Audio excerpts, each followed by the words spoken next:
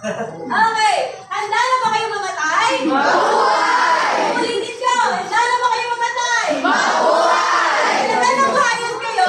Nais kong mag-isip kayo ng may singil sa bawat pangkat. Kayo ang magsasabi ko ng pangkat, ikalawang pangkat, at ikatlong pangkat. Sige, mag-usap-usap.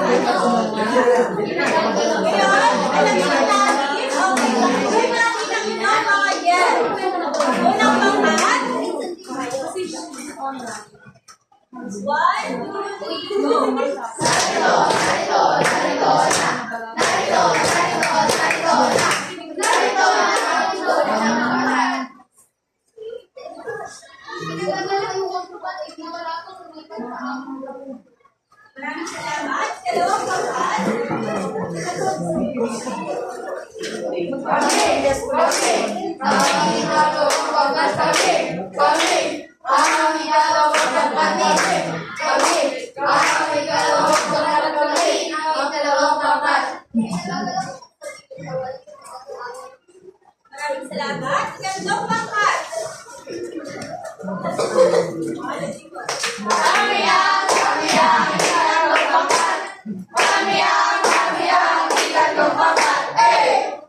Tatlong pangkat. Pinagagalak ko pong sabihin na walang lumibat sa aling pangkat. Maraming salamat. Mahal na kayo po. Ako'y natutuwa sapagkat walang lumiban ngayong araw. Kumusta naman ba ang lahat? Kumain na ba kayo ng almusal o kaya naman ay nakapagmerienda na? Ngayon, pagin ko handa-handa na kayo para sa ating bagong aralin dahil lahat kayo ay busog na. Mamaya ay bubusugin ko kayo sa panibagong halaman tungkol sa ating bagong aralin. Bago tayo magsimula sa ating paksa na talakayin, nais ko munang malaman kung natatandaan niyo ba ang ating nakaraang talakayan. Pakitignan ang inyong mga mesa o ang inyong mga upuan kung mayroon bang nakaliit na bulaklak.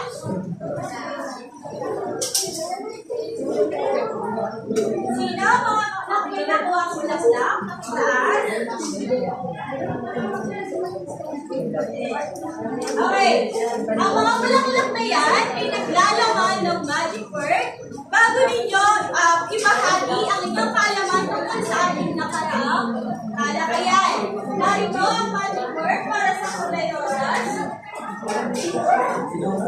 Ayan, maaari ka na tumayo at isigaw ang iyong magic word bago sabihin ang nakaraang talakayan.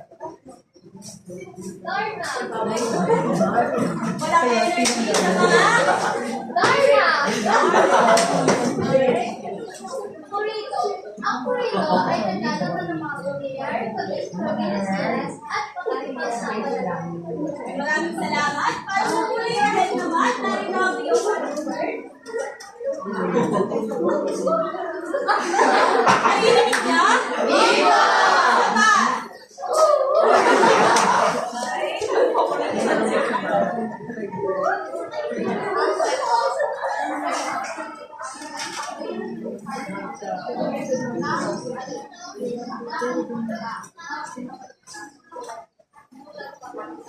Maraming salamat. Baka naman tayo sa kulay lila. Okay, Jared. Okay, Jared. Ano ang magic word para po sa kay ma'am? Maganda mo! Isa na, hindi ko masyadong naririnig. Maganda mo! Ano ang ating sinalakay nung nakaraan?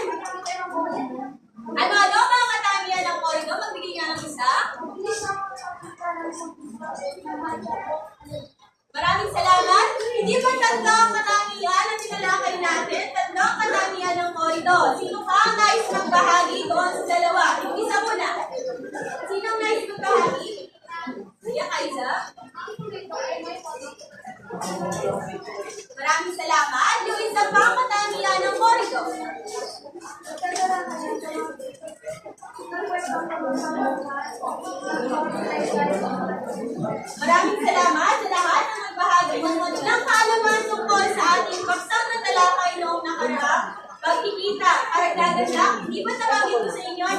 ito ay mula sa salitang Kastila na horror na ang ibig sabihin ay dumadaloy.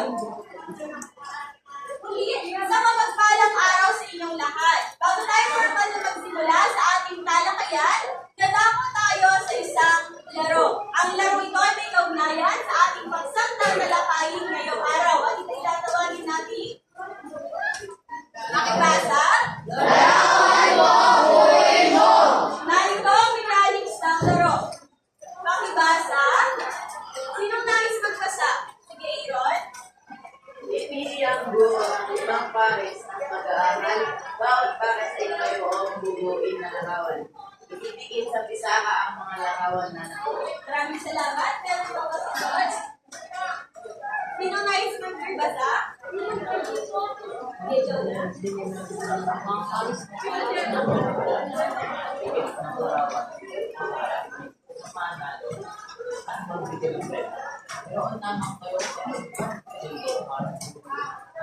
Maraming salamat.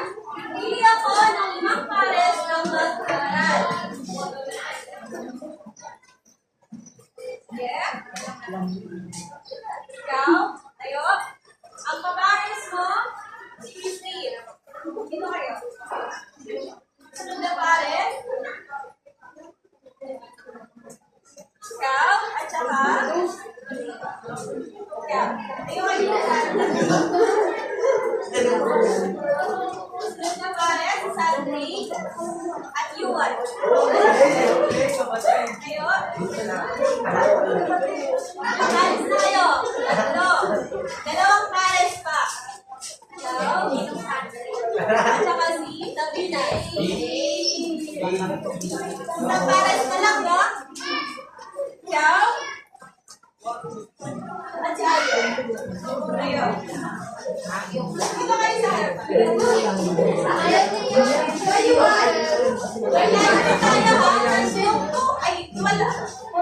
tatlong segundo lang ang gagawin ninyong oras para mabuo ito. Pag nabuo nyo na, unahan kayo sa pagdikit ng pisara, no?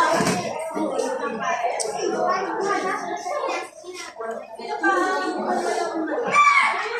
Okay.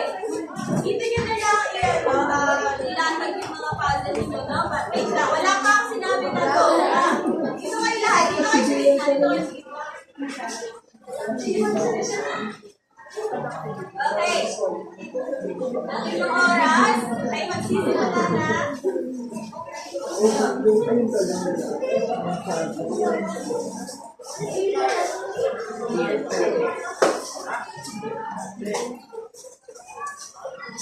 Kapag nabuo na, idikit na ito sa pisara.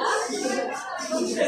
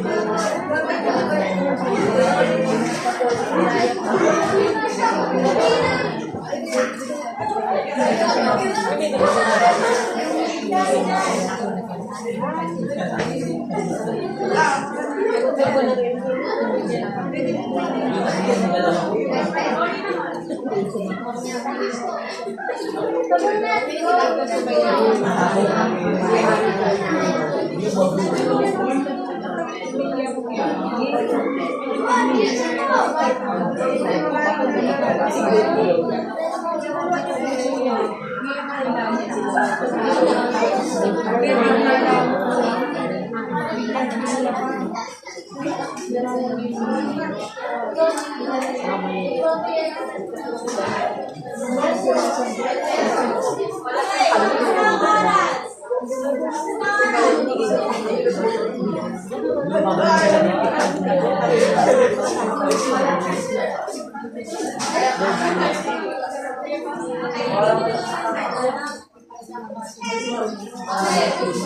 lang yan. Ngayon, maraming salamat sa inyong aktibong partisipasyon sa ating laro. Sino yung unang tatlong pares na nakapo? Unang tatlong pares. Yung isang kamay lang, kada pares. Baka magbigyan ko ng doble. Ito yan. Yan na inyong gantimpala. Sino ba? Nasaan na yung isang pares? Ngayon, mula sa mga larawang nabuo, sa tingin ninyo, tungkol saan kaya ang ating pagsintatalakay ngayong araw? Ibong Adarna. Ibong Adarna. Sino pa nais nagbahagi? Mula sa mga larawang nabuo.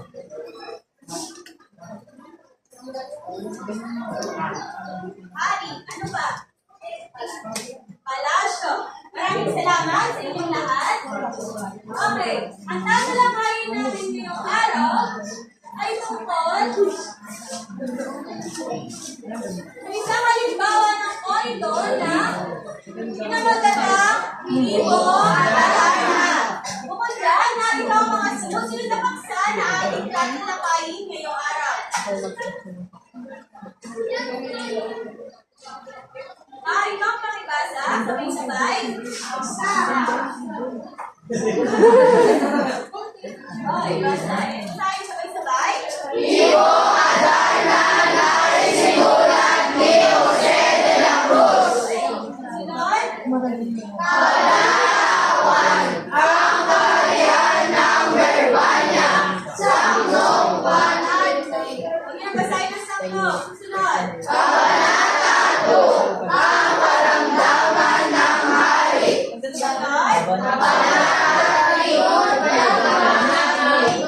Pedro sa Lunas. Maraming salamat. Ang lahat ng kasangian ay mabibigyang linaw mamaya sa ating talakayan. Simulan natin sa mayulan ng akdang Ibong Adarna.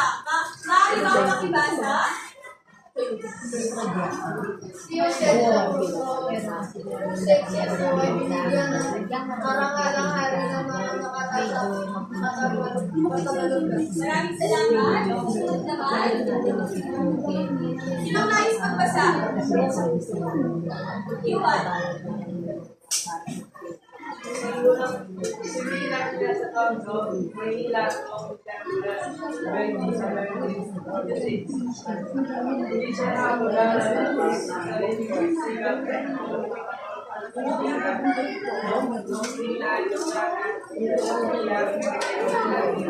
Maraming salamat.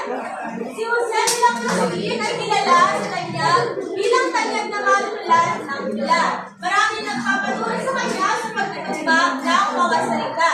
Okay, ikinapit sa kanya ang paborito sisiyo dahil kapag may nagpapagawa sa kanya ng mga liha ng pag-ibig o tula ng mga pag-ibig, ang hinihingi niyang kabayaran ay sisir. Sisir ang hinihingi niyang kabayaran. At si Jose de la Cruz ay naging guro ni Balagsas sa pagtula. Naunawaan ba? At di ba nakalagay siya yung manulat ng Ibong Adarna?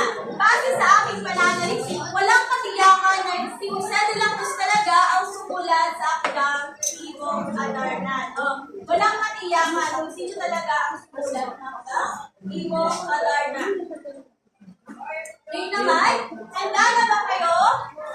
Upang alamin natin ang ganda ng ilalaman ng akdang Ibong Adarna? Okay, halina't ating buksan ang mga pinto na nakadikit dito sa pintara at ating alamin ang ilalaman ng bawat kabanata. Maaari bang pakitignan ang ilalim ng inyong mga upuan kung may nakadikit pang susi para sa unang kabanata. Sino ang nakakuha sa susi ng unang kabanata? Sino? Aaron. Okay, maaari na tumayo. Punta ka muna dito sa harapan.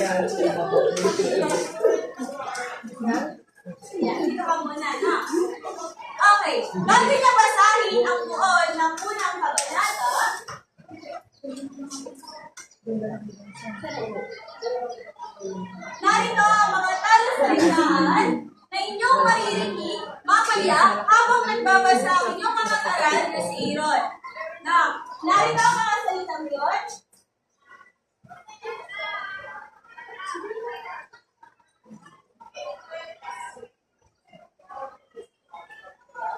Pakibasa, sabay-sabay. Sunod. Sunod.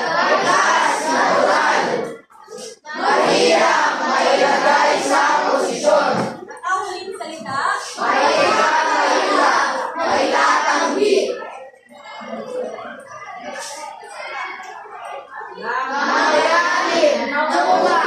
Naunawaan ba ang mga salitang nakalagay sa talaga naunawaan nyo? Pumili nga kayo ng isang salita at gamitin sa pangungusap.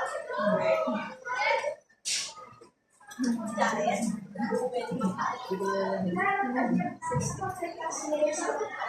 maraming salamat. Ngayon, yun ang buksan ang pintuan o pinto sa unang kabanata.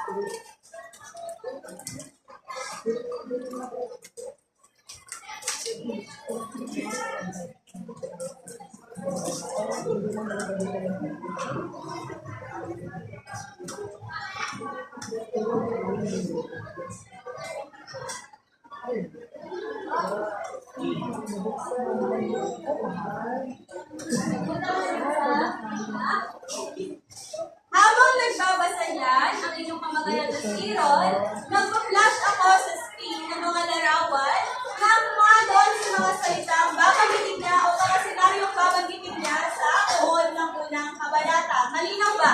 Oo! Handa na bang makinig ang lahat? Oo! Handa na? Ay, simulan mo na. Unang kabanata. Ang kaharian ng Berbanya. Ang kaharian ng Berbanyan ay kanyang salagsang-sagana at kapayapang pagmamahal. Ang maraming at pagkiliwan ay madalas na ipinadaraos sa kaharian ng Berbanyan dahil masayain ang halingkina na namumuno. At sila Don Fernando at Dona Valeria. Siya ay may tatlong anak na lalaki. Siya ay may tatlong lalaking mga anak na sila Don Pedro, Don Diego at si Don Mar. Ang tatlong prinsipe na ito ay sikas na magaling at matalino, higit kanino pa man sa buong kaharian.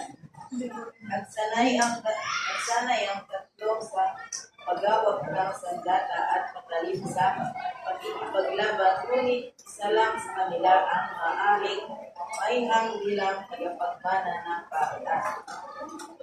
Hindi may kakaila na paborito ni Don Fernando ang puso ng si Don Mar. Kaya namayani ang higit sa panganay na si Don Pedro sa kapatid niya. Naunawaan ba ang nilalaman ng unang kabanata? Oo! Ngayon, maaari ka na umupo. Iwan, maraming salamat.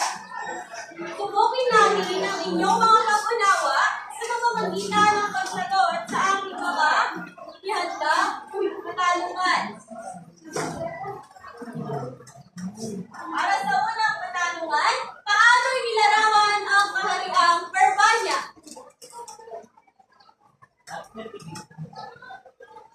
Maraming salamat, mahusay. Dahil dyan, bigyan natin siya ng may tamang hakla. Paano ito? 1, 2, 3, 1, 2, 3, Okay, 1, 2, 3, go! 1, 2, 3, 1, 2, 3, may tama ka! Sunod na katanungan, nagkatawa mo eh. Paano ipinakilala ang mga mahalagang tauhan sa korido? Paano inilarawan ang mahalagang tauhan sa korido? Yung Hari at Reyna.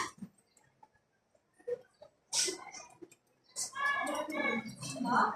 Okay, yun. Sanay po sila sa paggamit ng mga sandata at patalim.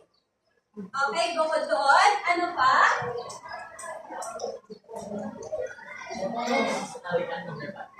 Sila ang namumuno sa kaharian ng Berbanya. Hindi ba sinabi din doon na si Don Fernando ay isang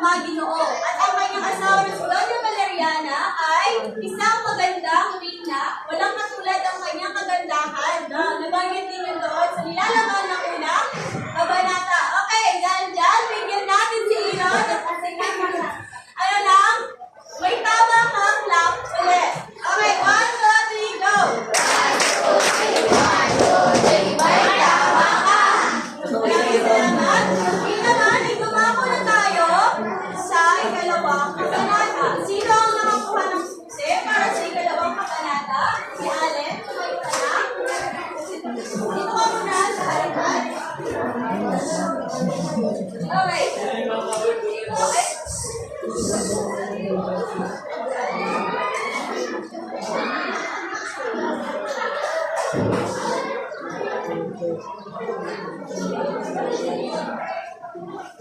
sa ikalawang kabanata, narito ang mga talasalitaan na inyong maririnig o mga malalalim na salita ang inyong maririnig mamaya. Pakibasa, sabay-sabay. Pinas na ang pinatay. Buong kriminal lumalabag sa bas. Bunas, gawot. Monarka, kaharian. Pagkukot, masamang panahimik. Naunawaan ang mga salita ng talasalitaan. Ganon, pinipay ng isang salita at gamitin sa pag-uusap. Sige, Jared. Maraming salamat. Ngayon, ay buksan mo na ang bukas sa ikalawang kabanata.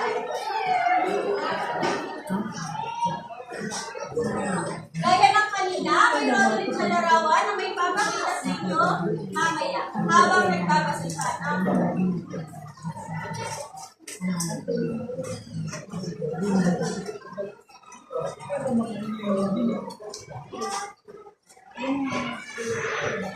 Ikalawang kabanata, naramdaman ni Don Fernando. Nagkaroon ng maluthang karamdaman si Don Fernando bukas sa isang taon. Sa kanyang panaginip, ay nakita niya ang puso na dapat na si Don Juan na kinaslang ng dalawang puno at ininuloy sa malalim na balon. Dahil sa pag-aalala, ay hindi na nakatulog at nakakain ng maayos at aling ngulalim. Hanggang sa ito'y magitulog malaga, maging ang asawa at mga anak ng Don ay bahala na rin dahil walang sino man ang makakagay ang lunas sa sakit ng tao. Isang medyo sa ang buwan dito sa pangarihan, kaya nagkakaroon sa sa isang awit ng isang sa bundok na ito ay makikita ang sinilang ng piedra sa dagat. Sa bundok na ito, lumakas lang ang tuwing na bigla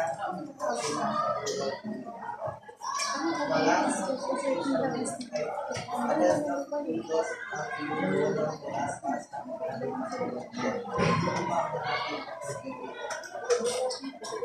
salamat. Naunawaan ba ang nilalaman ng ikalawang kabanata? Ngayon, ay subukin natin muli ang inyong pag-unawa sa pamamagitan ng pagsagot sa aking mga katanungan. Para sa unang katanungan, ano ang naging panaginip ng hari?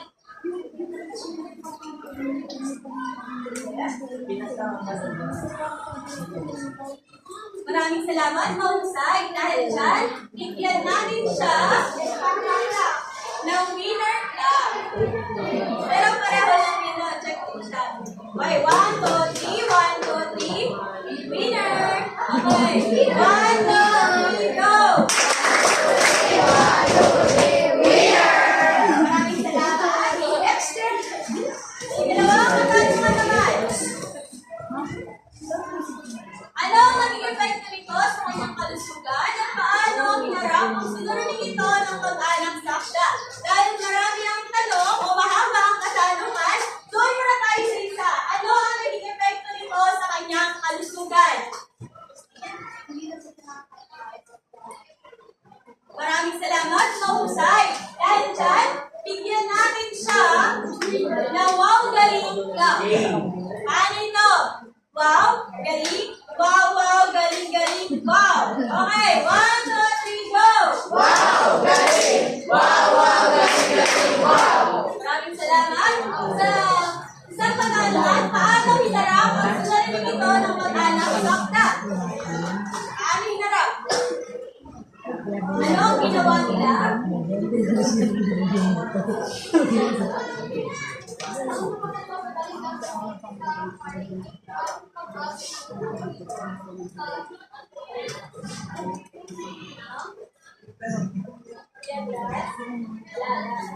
Maraming salamat. Karagdagan doon sa sinabi niya, hindi ba dumamit sila sa isang medikong pahat? Tama ba ako? Para alamin kung ano ba yung pwedeng maging lunas doon sa karamdaman ni Don Fernando. Tingnan natin si Kaisa ng vocally natin. Okay, 1, 2, 3, go! Wow! Galing! Wow! Wow! Galing! Galing! Wow! Maraming salamat. Ngayon naman, matapos natin sagutin ang mga katanungan, dumako naman tayo sa ating segment na opinion mo, share mo. Okay. Last ang katanungan. Ano ang iyong natutunan sa ikalawang kabanata? Ano ang iyong natutunan sa ikalawang kabanata?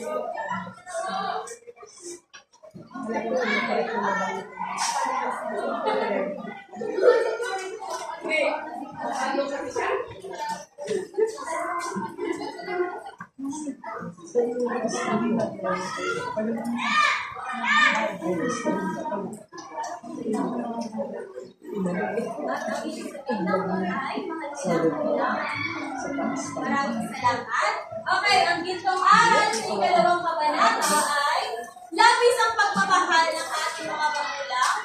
No? Ang ating mga magulang, labis ang pagmamahal nila sa kanilang mga anak.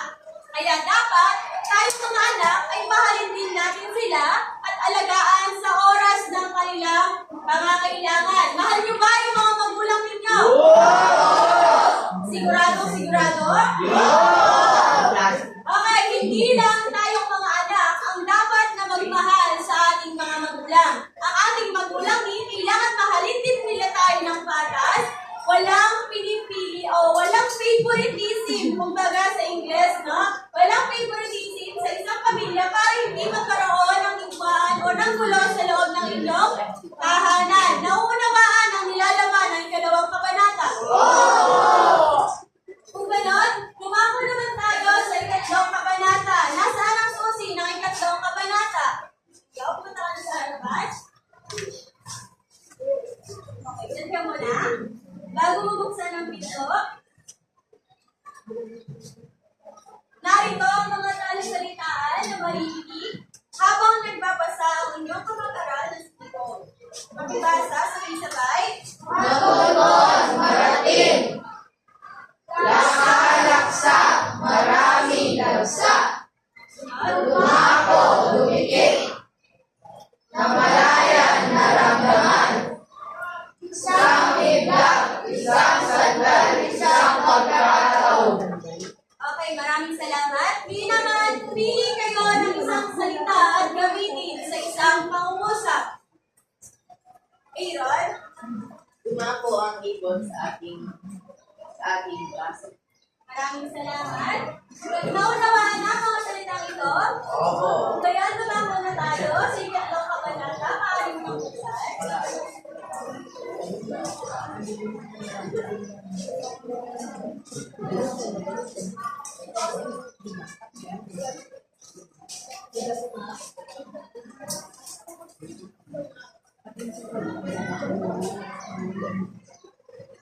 Ikatlong kabanata, ang paglalakbay ni Don Pedro.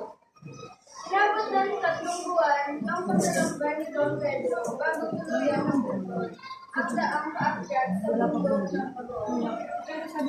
Hindi naglaon ay natagpuan ni Don Pedro ang Piedras Platas. Dumating ang nagsalaksang ibon, ngunit wala man sa mga ito ang dumako sa umikiman ng ibon. Nakatulog si Don Pedro habang nag-iintay sa pagdating ng ibong alala. Dito namalayan ang pagdating ng ibong. 7 ulit na umaawit ang ibong alala at 7 ulit din nagbabalik ng kulay ang kanyang balat. Nakasanayan ng ibon ang dumumi bago matulog. Kumatak ang dumi sa ibon dumi ng ibon sa nooy natutulog ng si Don Pedro. Sa isang iglap ay naging isang bato ang prinsipe ng Delta. Naunawaan ba ang nilalaman ng ikatlong kabanata? Oo! Ngayon, isubukin natin ang inyong pag-unawa sa pamamagitan ng pagsagot sa isang katanungan. Saan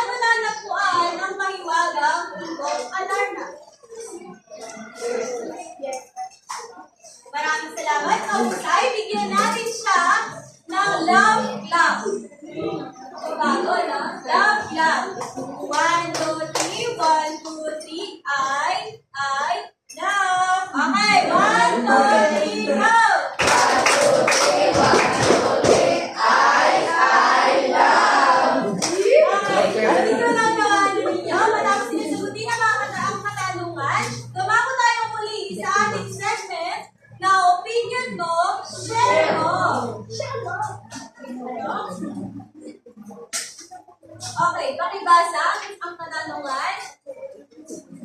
Kung ikaw si Don Pedro, paano mo paghahandaan ang iyong paglalakbay? Maraming salamat. O, sino ang nagbayad sa bahagi ng kanyang opinion tungkol dito? Paano mo paghahandaan ang iyong paglalakbay? Sino nais sa bahagi? Kaisa?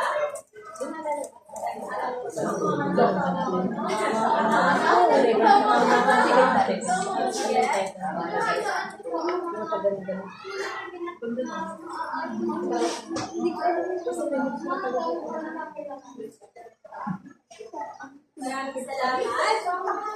Okay, sa ikatlang kabanata, ang gintong aral na nilalaman nito ay kapag kayo ay naglalakbay, ang pagtingin ng paspas sa Panginoon o sa may kapal ay malaking tulong upang maiwasan natin ang pagkakaroon ng kapahamakan saan man tayo pumunta. Nagdadasal ba kayo bago kayo umalis ng bahay? Nagdadasal ba kayo bago nyo gawin ang isang bagay? Sigurado? Kasi ang pagdarasal natin, hindi ba nakatutulong yan para mapunta tayo sa tamang desisyon o tamang paraan sa ating mga gagawin sa buhay. Naunawaan ang nilalaman ng ikatong kabanata. Kung ganon, ako'y natutuwa sapagkat naunawaan na ninyo ang nilalaman ng unang kabanata, ikalawang kabanata at ikatlong kabanata. Upang malaman ko, kung lubos natin yung naunawaan ang ating paksa ngayong araw, magkakaroon tayo ng isang gawain. Pakibasa ang panungkol. Yuan. Unang pag-ibig ang bawat pagpapasaan ng mga gawain. Ang paksa sa bawat gawain ay ang bawat pagpapasaan ay bibigyan ng mga grupo upang maganda ang dalawang Maraming salamat. Okay, sino ang magsisilbing leader ng unang pangkat? Si Raisa. Sa ikalawang pangkat? Arian. Sa ikatlong pangkat? Pati na siya. Si Joanna. Si Joanna. Okay, pumunta na rin sa harapan ng bawat leader.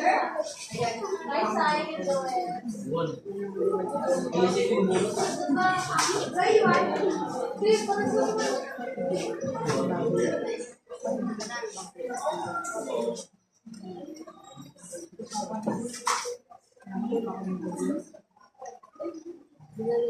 Okay. Upo na.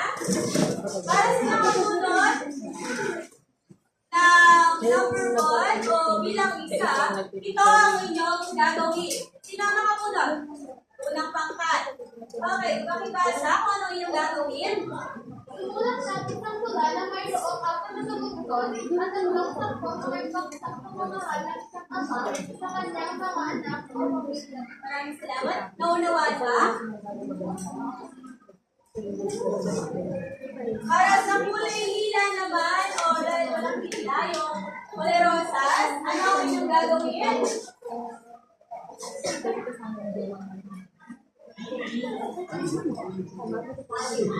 Pakibasa. Simulan tayo sa awit na mayroong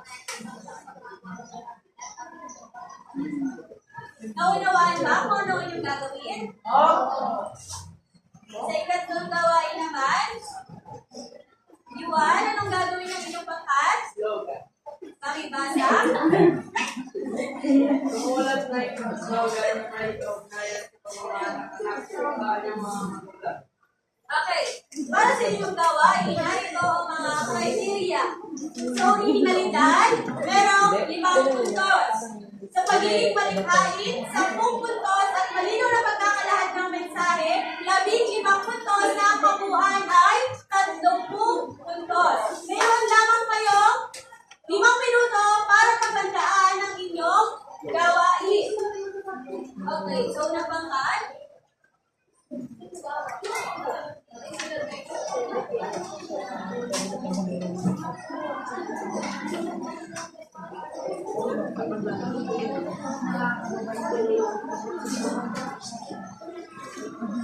Naunawaan na ba ang inyong gagawin sa bawat pangkat? Opo!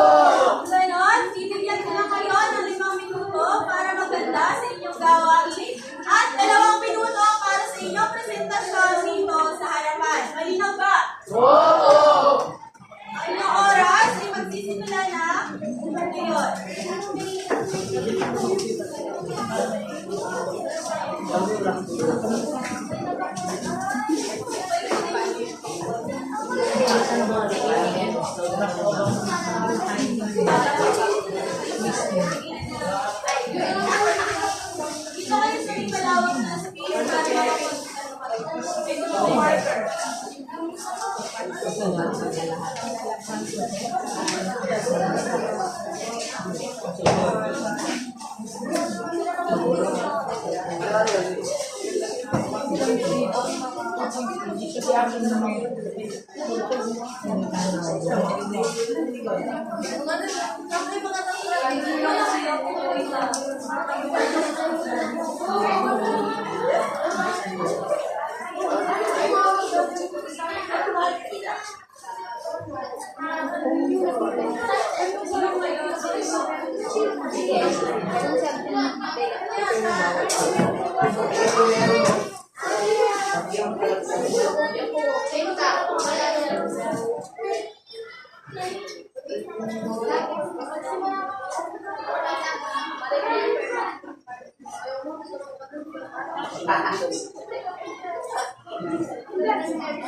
Meron lamang kayo ang 3 minuto. Meron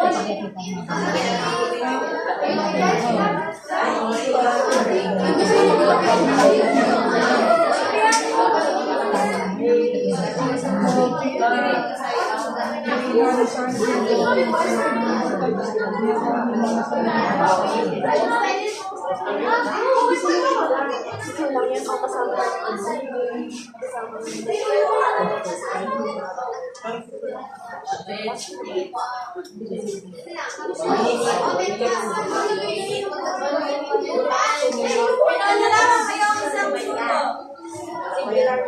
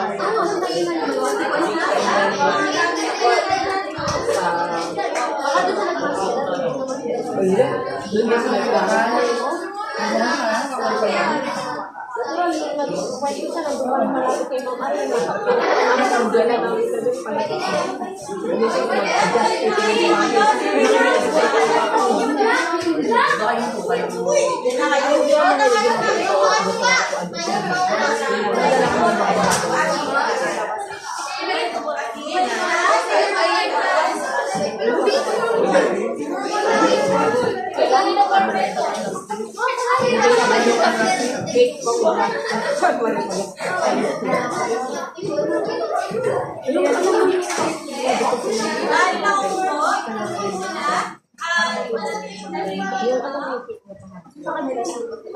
ang unang mag-present ay ang ay nakita dito sa harapan.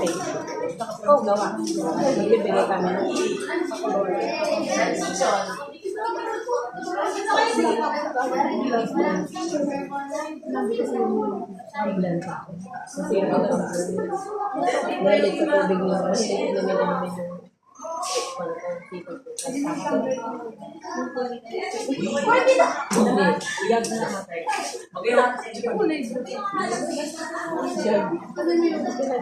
One, two, three, go. Aking tahanan, aking inay at itay, katuwang sa aking buhay. Pag-iingat at pag-aalaga nila'y aking ranas na sa buhay. Pagmahal na nakakatagpo, di kailan may dito'y nabigo. Dahil sa aking pamilya, nagiging malaya at maligaya. Sa kapalan ng kahirapay, pamilya lang ang palagay. Pasalamat ng lubos, hindi kailanman matatapos.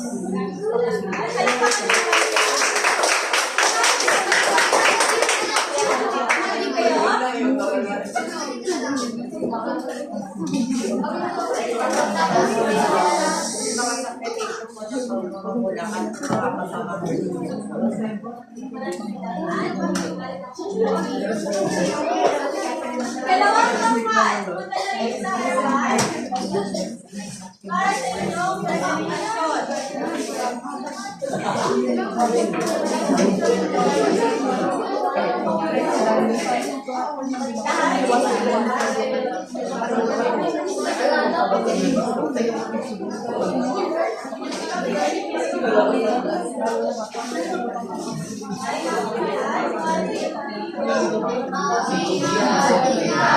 Salamat sa mga sa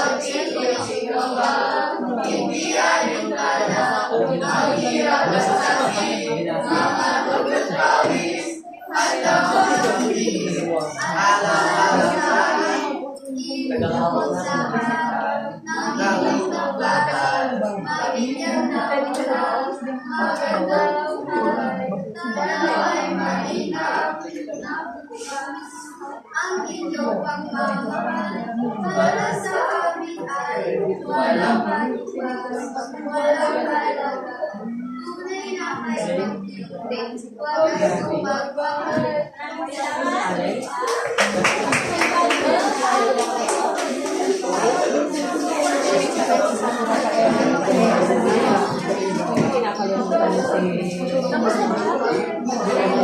Palakpakan ninyo.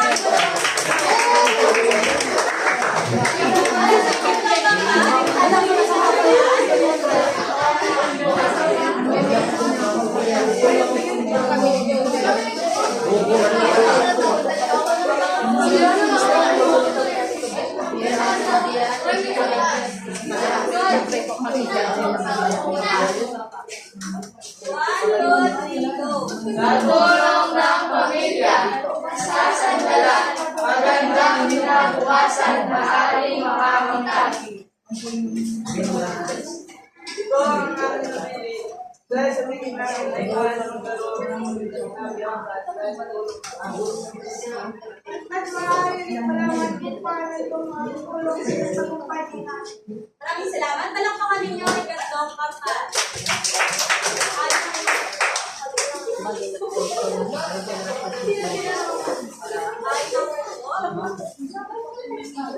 Maraming salamat sa inyong ibinahagi o aktibong partisipasyon sa ating gawain. At talaga naman kayo ay talentado. Ngayon, narito ang mga puntos sa inyong nakuha sa bawat pangkat.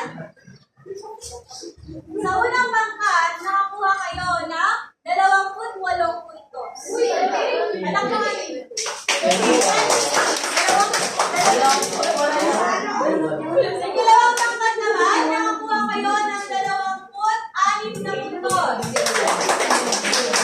Sa ikatlong pangkat naman, nakakuha kayo ng 27 puntos. Palakpakan ninyo ang bawat isa.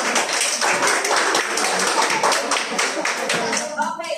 Ngayon, para malaman po kung talagang may natutunan kayo ngayong araw, tayo dadako na sa ating ruleta ng kaalaman. Maaari bang huliin ang inyong mga numero na nakadikit sa inyong wall? Okay, sa ruleta ito, naglalaman ng mga numero na kapareho sa mga hawak ninyong numero na nakadikit dyan. Ang mangyayari dito, bubunot ako ng numero at pagkatapos kong mabunot ito ay magtatanong ako sa inyo. Maaari ba pakitaas ang inyong mga numero at iwag-iway? Okay, para sa unang kapalan na mamimili ngayong araw.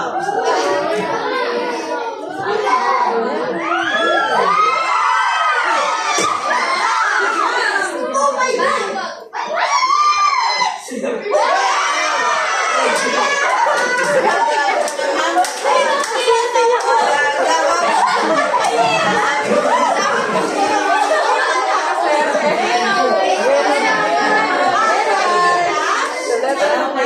Okay, Ron. Ano ang pamagat ng akdang tinalakay natin kanina? Mahusay. Kapag meron mga ruletang ganito, ano yung madalas na regalo o natatanggap?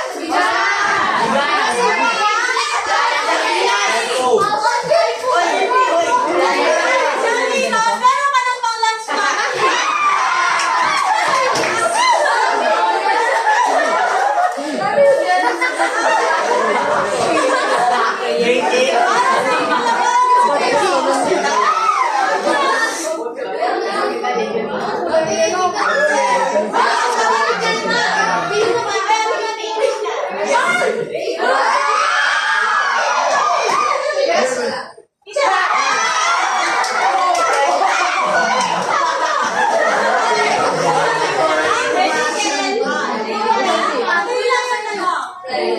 Sino ang sinasabing may akda ng akdang ibong Adana?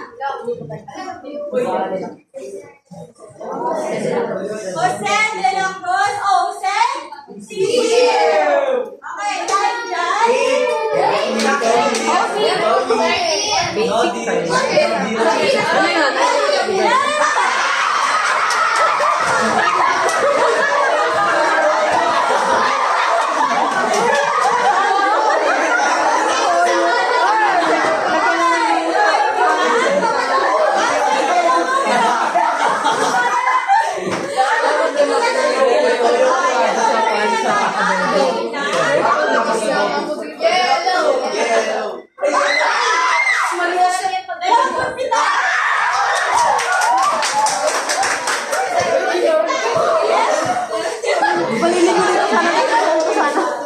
Ano ang nilalaman ng unang kabanata?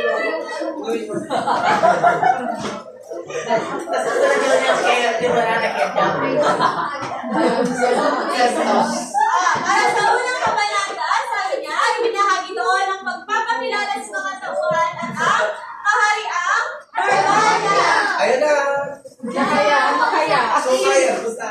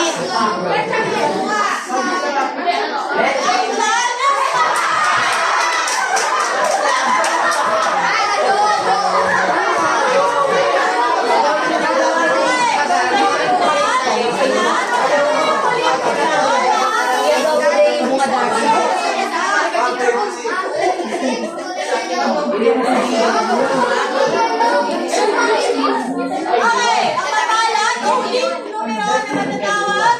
Okay, Juan, ano yung natutunan sa ikatlong kabanata?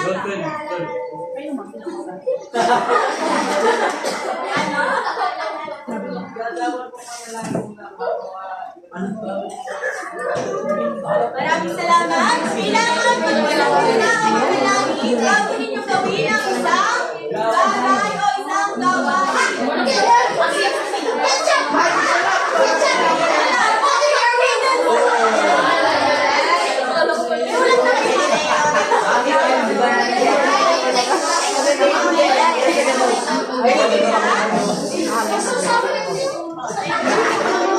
Maligong lahat kayo ay mayroon ng natutunan ngayong araw dahil nasagot ninyo ang aking mga katanungan. Ay malaman ko pang malaman kung mayroon kayo natutunan ngayong araw. Bago tayo sa isang maiksing pagsusulit. Labas kayo ng golpe.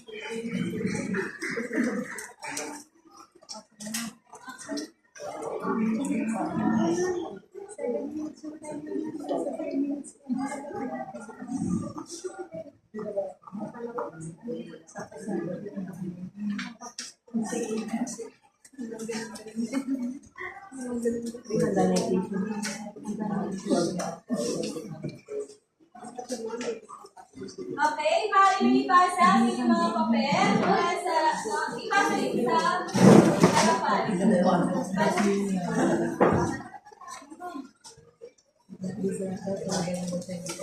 Ipasa na ito. Ipunin at ipasa sa harapan.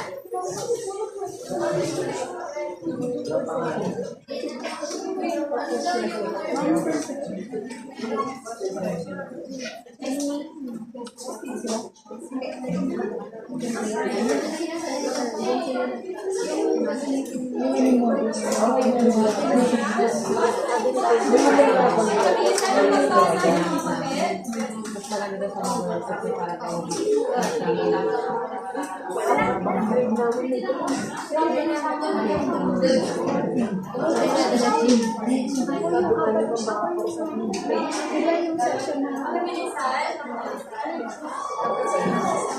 Para sa inyong takdang aralin.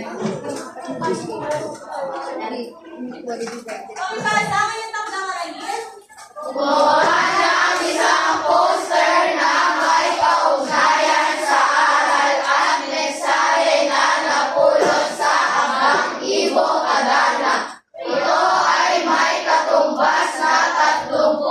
Sa ikalawang bahagi ng inyong takdang aralin, pakibasa.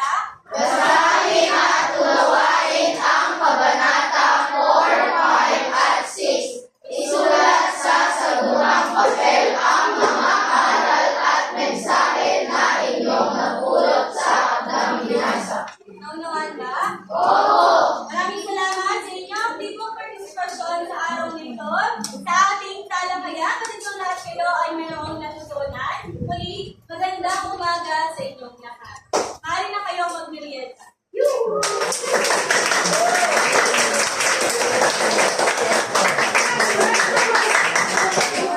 Saglit lang, Ma'am Joanna, bago lumabas yung mga estudyante. So, para makapag-extra ka sa kanila. Okay, so ano pa nga ba, Joanna, no? Kitang-kita naman natin ni na Elsie, ng City, Ma'am Margarita, at Mr. Joseph. Mahusayan mo, wala pa man ako lang.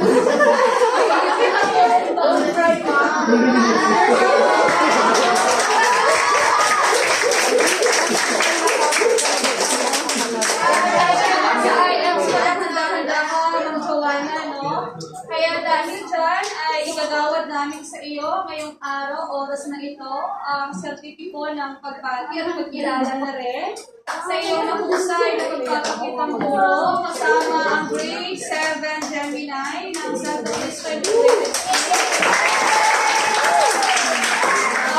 Ang purong tagasanay si Ma'am Rania M. Espinosa. Ang sertipikong ito ay nagpapatunay na ikaw siyempre ay pasadong-pasado sa iyo.